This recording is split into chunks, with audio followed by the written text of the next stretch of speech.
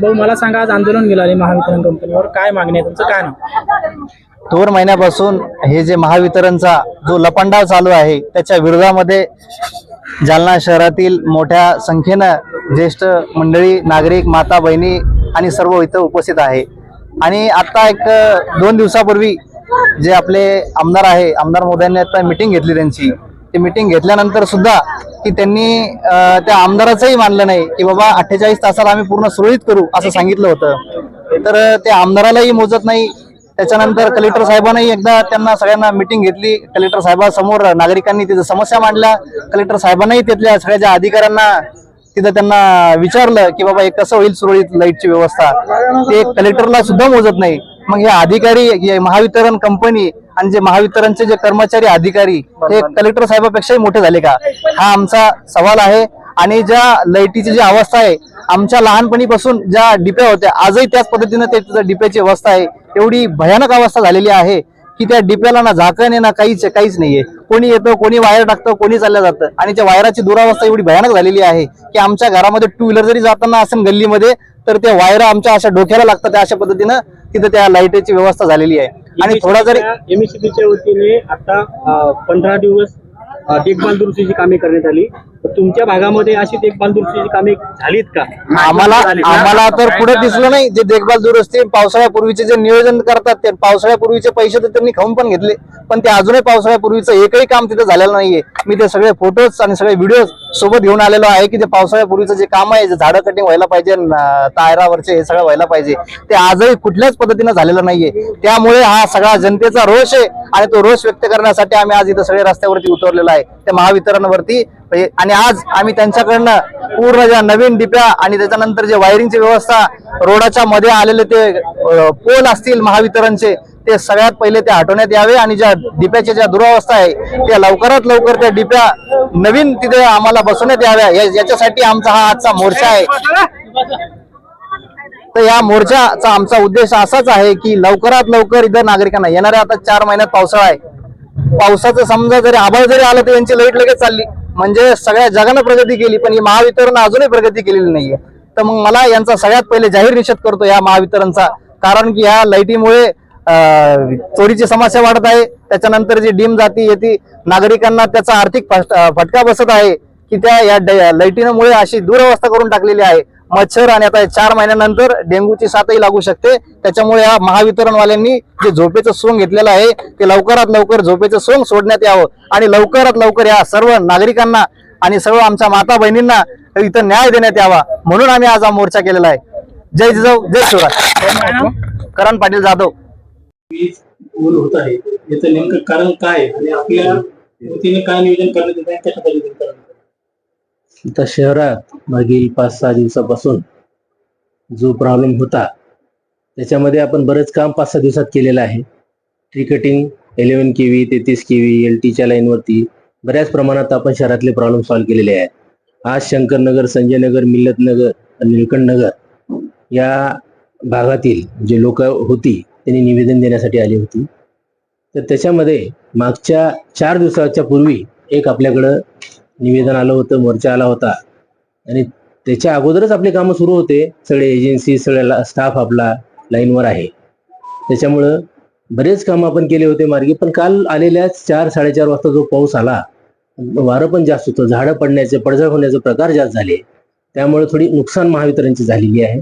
आणि आपण रात्री 12 वाजेपर्यंत मी स्वतः, माननीय अधीक्षक अभियंता स्वतः, सगळे जालन्यामध्ये हजर राहून सर्व कामं करून घेण्यात आली. आपले SDO आणि युनिट इंचार्जेस पण आपल्या सोबत होती आणि सगळा स्टाफ आपल्या कामावर होता.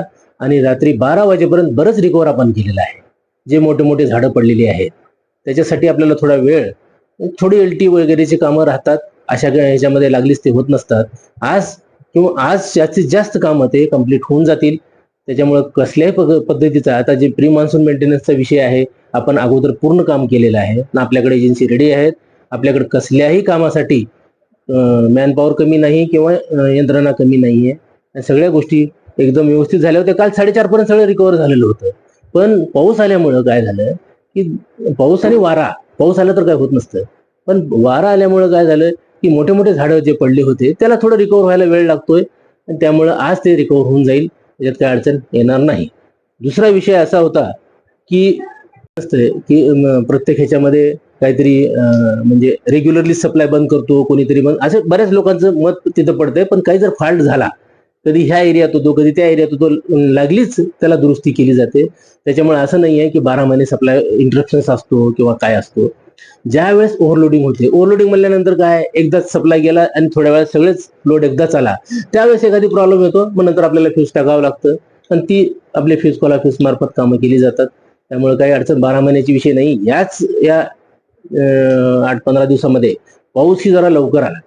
विषय काय झाला, पाऊस आपल्या जून महिन्याच्या पहिल्या आठवड्यात येतो, त्यामुळं जर लवकर आल्यामुळे काय झालं, काही फीट असलं आम्हाला, काही कामं आमचे झालेली होते, सगळे कामं एकदाच होत नसतात, पण आम्ही जास्तीत जास्त एजन्सी आता दिलेल्या आहेत. डिव्हिजन मार्फत माननीय अधीक्षक अभियंता यांनी पण आपल्याला इन्स्ट्रक्शन दिले होते. माननीय मुख्य अभियंता छत्रपती संभाजीनगर यांनी पण आपल्याला इन्स्ट्रक्शन दिले. त्याप्रमाणे आपण एजन्सीज सगळ्यांना दिलेल्या आहेत, सगळ्या सब डिव्हिजनला दिलेल्या आहेत. 5ही तालुक्यामध्ये जालना डिव्हिजन 1 अंतर्गत एजन्सीज दिलेल्या आहेत आणि लाईन स्टाफ आपला काम करत आहे. त्यामुळे कुठलाही प्रॉब्लेम आता लवकरात लवकर सॉल्व्ह होईल.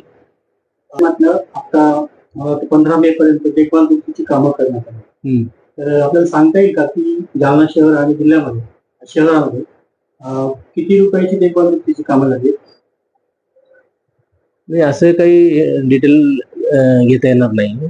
हा प्रश्न पण झाल्यानंतर कारण दरवर्षी MSEBच्या माध्यमातून मेंटेनन्स असेल ते कामं होतात, देखभाल दुरुस्तीची कामं होतात डिव्हिजन मध्ये 10,000 टेंडर्स आपले वगैरे. पण आमचे 3 टेंडर्स आहेत 10-10 लाखाचे, त्याच्यावरती काम चालू आहे. आणि म्हणजे त्याच्यात किती झालंय हे शेवटी कळेल आपल्याला. काम चालू आहे. विषय असा आहे, दरवर्षी महावितरणच्या वतीनं देखभाल दुरुस्तीची कामं केली जातात. आता तुम्ही आंदोलनामध्ये नागरिकांचा रोष पाहिला आणि मॅक्सिमम बहुतांश ठिकाणी असं दिसून येते की कुठल्याही पद्धतीची देखभाल दुरुस्तीची कामं करण्यात येत नाहीत. मग हे नेमकं कागदोपत्री कामं केली जातात का, रोहित्र जुने असतात? आता तुमच्या आंदोलनामध्ये आपण बघितलं की त्यांचं म्हणणं की आम्ही लहान असतानापासून ते रोहित्र ते अजूनही बदललेले नाही. मग हे देखभाल दुरुस्तीची कामं नेमकी कोणती केली जातात? देखभाल दुरुस्तीची कामं म्हणजे ट्रान्सफॉर्मर रिप्लेस करणे हे नाही. तिथं जर ट्रान्सफॉर्मरला प्रॉब्लेम आला तर ते रिप्लेस करावं लागतं. पण प्रॉब्लेम काय, लूज पॅन आहेत, कंडक्टर तुटलेला आहे, झाडं त्याच्यावरती आलेले आहेत, वेली त्याच्यावरती चढलेले आहेत, हे जे काम आहेत त्याच्यामध्ये होत आहेत. व पोल झुकलेले आहेत, पोल पडलेले आहेत, हे रिप्लेसमेंटमध्ये कामं होतात त्याचे. ह्या कामामध्ये आपण ते करतोय आणि ते कामं रेग्युलर होतात. त्याच्याशिवाय सप्लाय आपल्याला राहू शकत नाही ना. कसं राहील, जर त्याच्यावरती कामच नाही झाले तर मग टिकेल कसं सप्लाय? हे कामं झाल्याशिवाय, जसं आपण घर रोज झाडतो त्याच्याप्रमाणे प्रत्येक सीझनमध्ये प्रत्येक ऍक्टिव्हिटी आपण करावं लागते, त्याप्रमाणे हे केली जाते.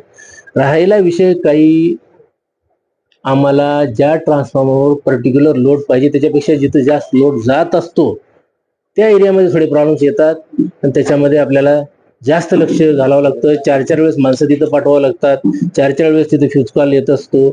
मग ह्या गोष्टी अबनॉर्मल लोडिंग मध्ये होत असतात. तेही काम महावितरणने हाती घेतलेलं आहे.